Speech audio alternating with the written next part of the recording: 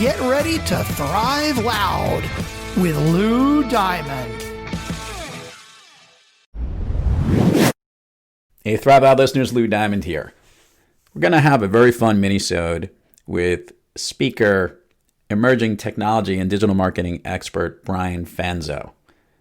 This piece is actually really interesting because Brian actually talks about how clients have recognized him as not a technology evangelist, but a change evangelist, and how pressing that actually is in regard to what's going on in the world today. This was recorded before COVID, and a lot of the things that Brian does, if you follow him in social media, iSocialFans is where you can find him, talks about great ways that you could use technology, and specifically virtually.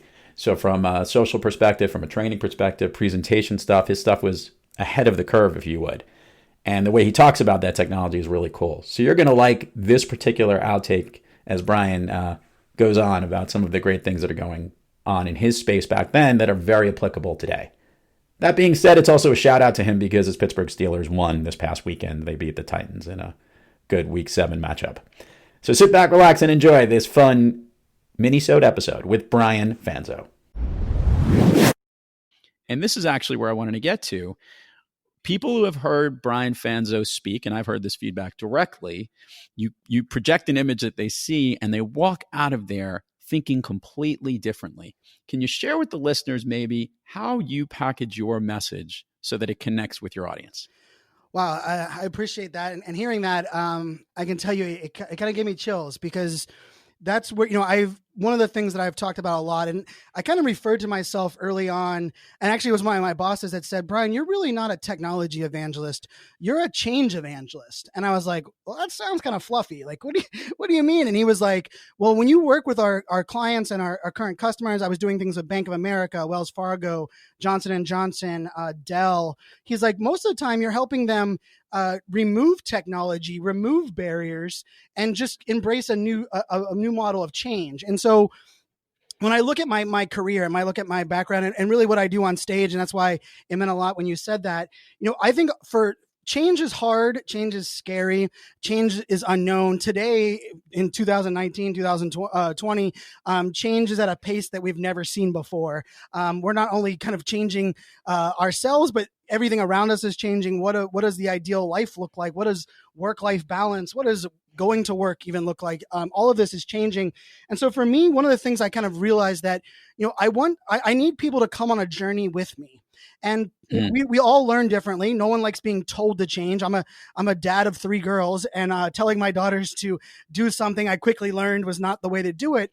But you said it in the intro, and I think a lot of people will say it, but I really work hard on this idea of educating as well as inspiring, and then probably the most important one there is motivating people to actually take the action.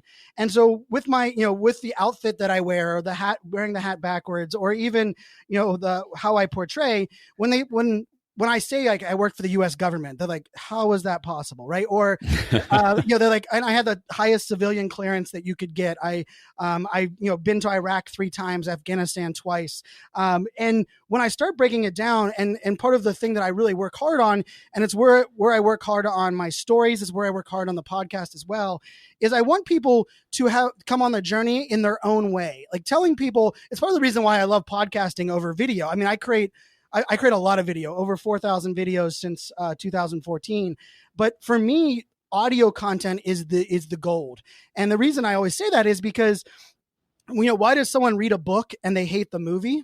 The simple answer to that is when you're reading a book, you get to paint the picture of what you're reading to what you relate to, what you understand. But yet when we watch a movie, just like we watch a video, the creator gets to determine what you are visualizing. And on a podcast right now, those that are listening to this and haven't seen me, first the intro, now, wait, what does this guy wear? Who does he look like? Right? You get to paint your own picture.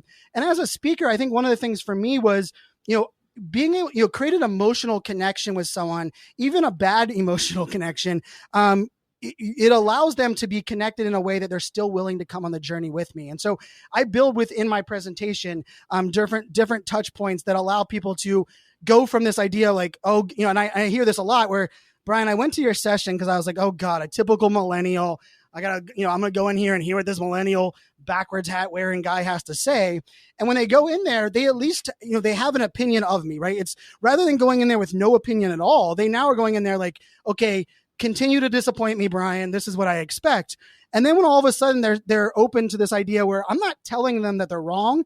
I'm not even telling them that what I'm sharing is right, but I'm sharing kind of a unique perspective. And I want them to look at things differently. And, I'm very close to my parents. My dad was a candy salesman that became a global peanut brittle company that he had. I had a frozen yogurt shop. I like to say I hired and fired my friends before I was 16 years old.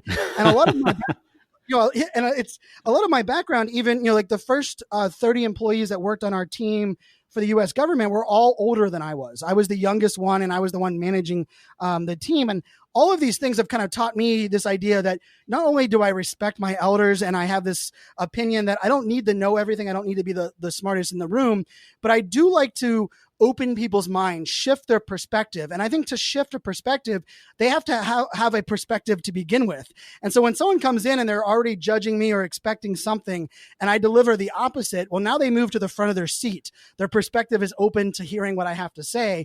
And then I get to bring them on this journey. And it's amazing for me. I'm a Pittsburgh sports fan, as you mentioned. I grew up in Pittsburgh. My mom, I laughed. It wasn't until we moved to Virginia that I realized that not every mom wore black and gold earrings to church. Like I just assumed that was like every city. Like Pittsburgh just kind of lives that way. And when I look at this like total picture of like what I bring people on this journey is that I understand that the world we're living in today can be overwhelming and it can be difficult. And I always use the What About Bob movie with Bill Murray, which, a millennial quoting What About Bob is just a sample of how I kind of dabble on both sides. But it's always about baby steps to the elevator, baby steps to what you're doing.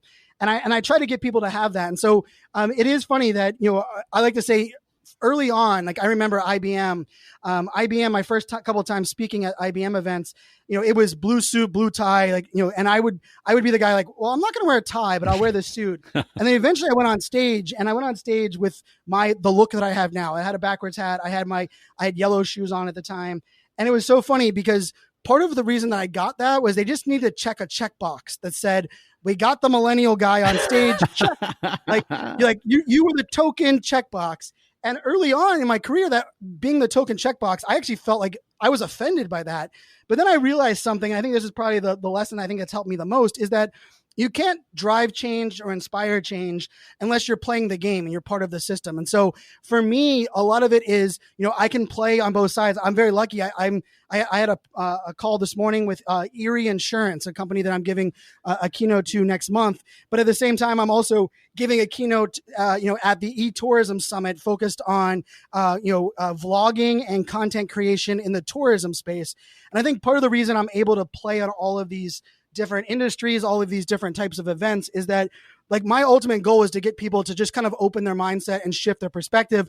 And that goes into the language I use, the colors on my slides, even the outfit that I wear. And so when you say that, that you've heard that from multiple people, it means a lot to me because I work really hard. To hear my full conversation with Brian Fanzo, head on over to episode 374, wherever you listen to your podcasts. You've been listening to Thrive Loud with your host, Lou Diamond. Check us out on the web at thriveloud.com and follow us on Instagram, LinkedIn, Twitter, and Facebook at Thrive Loud. And check us out on the Good Pods app at Thrive Loud, where you can follow, listen, and connect directly to Lou and all of the Thrive Loud episodes. Thanks for listening.